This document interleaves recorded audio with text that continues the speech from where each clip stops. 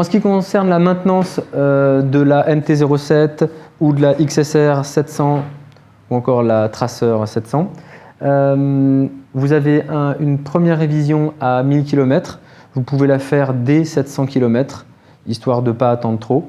Et nous, en tout cas, on accepte un dépassement de 10%. Donc jusqu'à 1100, on est OK avec ça. Si toutefois ça dépassait, ça nous laisse la liberté de refuser une garantie au motif que l'entretien n'est pas suffisamment bien suivi. La deuxième révision, elle est à faire à 10 000 km ou 1 an au plus tard. Et si vous roulez en ville et que vous utilisez beaucoup l'embrayage pour finalement lancer la moto, s'arrêter, relancer la moto à nouveau, et donc il y a beaucoup d'heures de fonctionnement sans faire beaucoup de kilomètres, on recommande une vidange intermédiaire à 5000 km. En dehors de la révision qu'on va pouvoir faire pour vous, vous avez quand même quelques contrôles à faire vous-même. La pression des pneus est à faire tous les 500 km ou 2 semaines, idéalement. Alors maximum 1 mois ou 1000 km. Donc la pression des pneus est notée sur le bras oscillant derrière le cale-pied du pilote.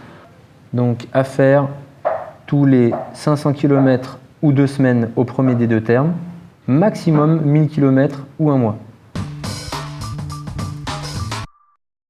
Donc pour contrôler la tension de la chaîne, vous mettez entre ces deux points, donc à peu près au milieu, et on va regarder qu'il y ait bien 3 cm de débattement minimum.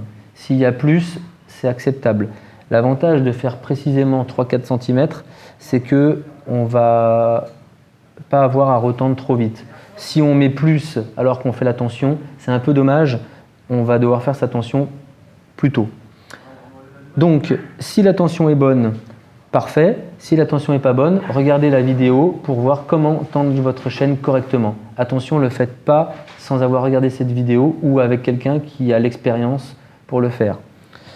Ça peut être délicat, derrière ça peut engendrer des problèmes graves, donc ça peut être dangereux. Il faut vraiment que ce soit bien fait. Notamment axe de roue pas bien serré ou chaîne incorrectement tendue, roue de travers, enfin ça peut aller loin. Évitez de faire ça tout seul. Regardez au moins la vidéo et si vous avez un doute, vous allez voir un professionnel. Donc, vous devez aussi regarder le graissage. Alors, en fait, le graissage se fait à peu près tous les 300 km lorsqu'il fait sec. Donc, le graissage, pareil, vous le trouverez aussi dans la vidéo de la tension de chaîne qu'on a fait. En tout cas, c'est toujours à l'intérieur et surtout ne pas en mettre sur le pneu, ça c'est bien ce qu'il faut rappeler. Et donc vous devez le faire tous les 300 km, à chaque fois qu'il pleut et après chaque lavage, puisque l'eau va en fait enlever une partie de la graisse. Pour terminer avec l'entretien que vous devez faire, il y a bien sûr le lavage. Donc pour laver sa moto, il y a évidemment 2 solutions. Nous, on travaille avec notre partenaire Motomatic dans le 16e arrondissement qui fait le lavage à la main, mixé avec la machine et qui donne un très bon résultat pour des prix qui sont tout à fait corrects. Sinon, bien sûr, vous pouvez le faire au Karcher ou avec l'éponge. L'éponge, toujours une éponge douce. Sinon, Karcher, pas de souci, faites juste attention, il y a des Karcher qui sont très puissants et qui ont de l'eau très chaude. Donc la règle, c'est pour ces Karcher-là, toujours garder à peu près 30-40 cm de distance sur tout ce qui concerne la carrosserie. Il y a 2 endroits où vous allez pouvoir vous coller, même avec les Karcher les plus puissants, c'est sur les jantes et sur les disques de frein et étriers de frein. Tout ce qui est freinage, tout ce qui est jante, vous pouvez vous rapprocher, à condition d'avoir une peinture de jante en bon état, bien sûr. Si vous commencez à avoir des bouts qui se décollent parce que vous la nettoyez jamais et que l'urine de chien a commencé à décoller la peinture, insistez pas, parce que sinon vous allez évidemment continuer à enlever la peinture, qui partira de toute façon. L'intérêt de se coller, c'est qu'on va pouvoir dégager les poussières de frein qui sont très cancérigènes et qui sont très mauvaises de toute façon. Alors, si on le fait régulièrement en général, ça va. Si on ne le fait pas très régulièrement, il va parfois nécessiter de mettre un produit nettoyant jante.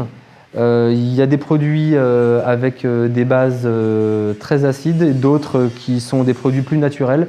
Nous, on recommande plutôt les produits naturels. Il y a des produits qui fonctionnent.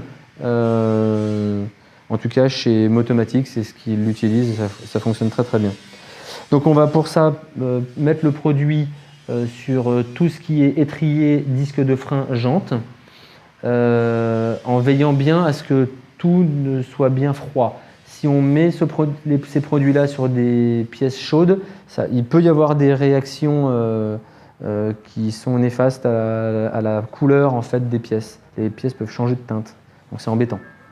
Donc pareil pour la roue arrière, hein. Donc roue arrière, roue avant. Toujours garder 30 à 40 cm de distance si le Karcher est puissant. Et passer toute la moto. Il y a deux endroits où on va essayer d'éviter d'en mettre, c'est dans la serrure et dans l'échappement. Voilà, là on n'insiste pas, on passe rapidement en essayant d'en mettre le moins possible. Et en tout cas, au niveau de la serrure, on ne se colle pas, comme tout le reste de la moto, puisque je l'ai bien précisé. Le radiateur doit impérativement être lavé, puisque c'est lui qui fait l'échange thermique pour refroidir le moteur. S'il commence à s'obstruer, le moteur va monter plus haut en température, et c'est pas bon pour le moteur d'être sur des plages de température élevée. Pour tout ce qui est moustique, il y a des démoustiqueurs. Ce sont des produits qui vont en fait désintégrer la matière organique. Et ensuite, vous passez un coup de Karcher et ça part très facilement. Ne grattez jamais en tout cas. Pour tout ce qui est peinture brillante, vous pouvez passer un polish. C'est valable sur les jantes. Sur une moto comme celle-là, avec une peinture mate, en tout cas, ne passez jamais de polish sur les peintures. Ça, c'est vraiment... vous êtes sûr de la transformer en peinture brillante, mais autrement dit, de flinguer la peinture. Pour vérifier le niveau d'huile, vous devez impérativement couper le moteur et attendre 4 ou 5 minutes que le niveau se stabilise. Parce que quand vous faites tourner le moteur, l'huile circule. Quand vous coupez le moteur, l'huile redescend. Et vu que nous, on va regarder sur le hublot qui se trouve en bas, il faut que l'huile soit redescendue. On va tenir la moto droite. Alors soit on a une béquille d'atelier, soit on la tient comme je le fais là. C'est tout à fait faisable. Et ensuite, on va regarder sur le hublot qui se trouve ici. Si on voit que le hublot est jaune ou noir, jaune c'est parce que l'huile est neuve là. Hein. Dès que la moto aura roulé un petit peu, évidemment l'huile sera noire. Donc dans votre cas, l'huile sera toujours noire. Si le hublot est tout noir, c'est que c'est parfait, vous avez le niveau impeccable. Si vous commencez à voir apparaître une bulle d'air, comme je vais vous le montrer là, ça voudrait dire qu'on est à la moitié du niveau. Si on passe en dessous du trait, vous voyez qu'il y a deux repères. Un repère en haut, un repère en bas. Donc si l'huile arrive sur le trait inférieur et donc elle va apparaître en bas du hublot, il y a un risque majeur de casser le moteur. Il faut savoir que la raison numéro 1 de casse des moteurs chez Yamaha et dans toutes les marques de motos, c'est toujours la même. C'est parce que les clients ne vérifient pas le niveau d'huile et consomment en fait toute l'huile du moteur jusqu'à la casse. Pour remettre de l'huile, donc vous achetez de l'huile 10W40 spécifique moto. Il y a des additifs dedans qui ne sont pas les mêmes que pour les huiles voitures. Et donc elles sont miscibles dans les motos dans lesquelles il y a un embrayage, puisque sur une moto, l'huile lubrifie le moteur mais aussi l'embrayage.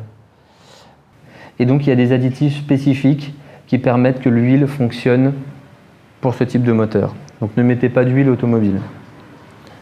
Donc pour remettre de l'huile, il y a ici un bouchon. On verse de l'huile. En général, moi je vous conseille de mettre... s'il en manque beaucoup, vous mettez 100 ml et puis vous regardez à nouveau où vous en êtes. Et puis il vaut mieux le faire en 3, 4, 5, 6 fois plutôt que de verser tout de suite une grande quantité et puis d'en avoir trop. En tout cas, si vous en avez trop, ça peut être dangereux. Donc surtout, ne roulez pas avec trop d'huile. Si c'est juste au-dessus du hublot, ça passe. S'il y en a plus que ça après, ne roulez pas.